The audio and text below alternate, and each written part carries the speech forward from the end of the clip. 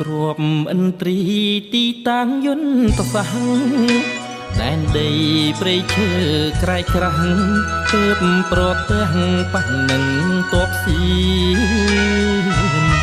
15ពួងឡាយើងបាញ់ប្រហាតភ្លាមខាងប្រយុទ្ធអាវុធឈាមក្រាលក្រមថ្មដាទបសៀមឆ្លងដែនចង់ចែកទឹងដីទបខ្មែរធ្លាប់តែខន្តីលែងប្រោះនៃហាស្ដីចរចា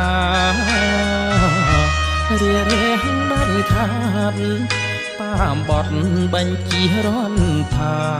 បើទួងបីត្រូវមរណាស៊ូកាពីងទឹងដីជីវិត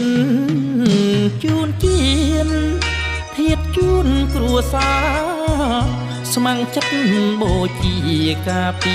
ដែនដី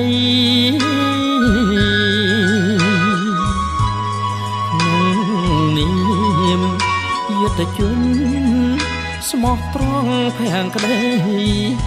នៅក្រោមស្នាដៃសម្បត្តិដែលជោទបខ្មែរគូនខ្មែរនឹងស្នេហាជា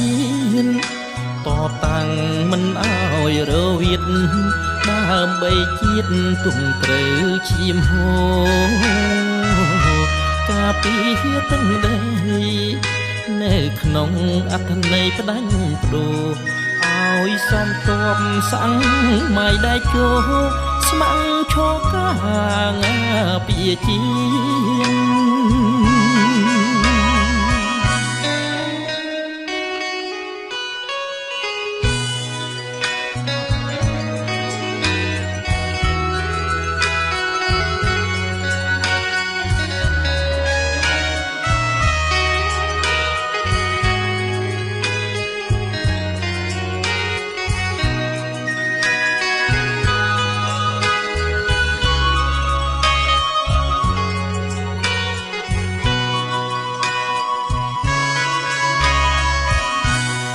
ជីវិត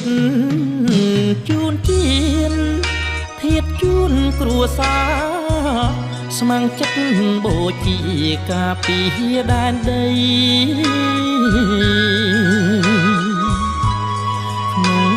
នាមយុទ្ធជនស្មោះត្រង់ភាំងក្ដីនៅក្រោមស្នាដៃសម្បត្តិដែលជោទបខ្មែរគូនខ្មែរនឹងស្នេហាជាតិតតាំងមិនអើយរវិតដើម្បីជាតិទុំត្រូវឈាមហូរការពីទាំងដីនៅក្នុងអត្ថន័យផ្ដាច់បដូរឲ្យសំទបសាំងម៉ៃដែលជោស្ម័គ្រឈរកាងពីជា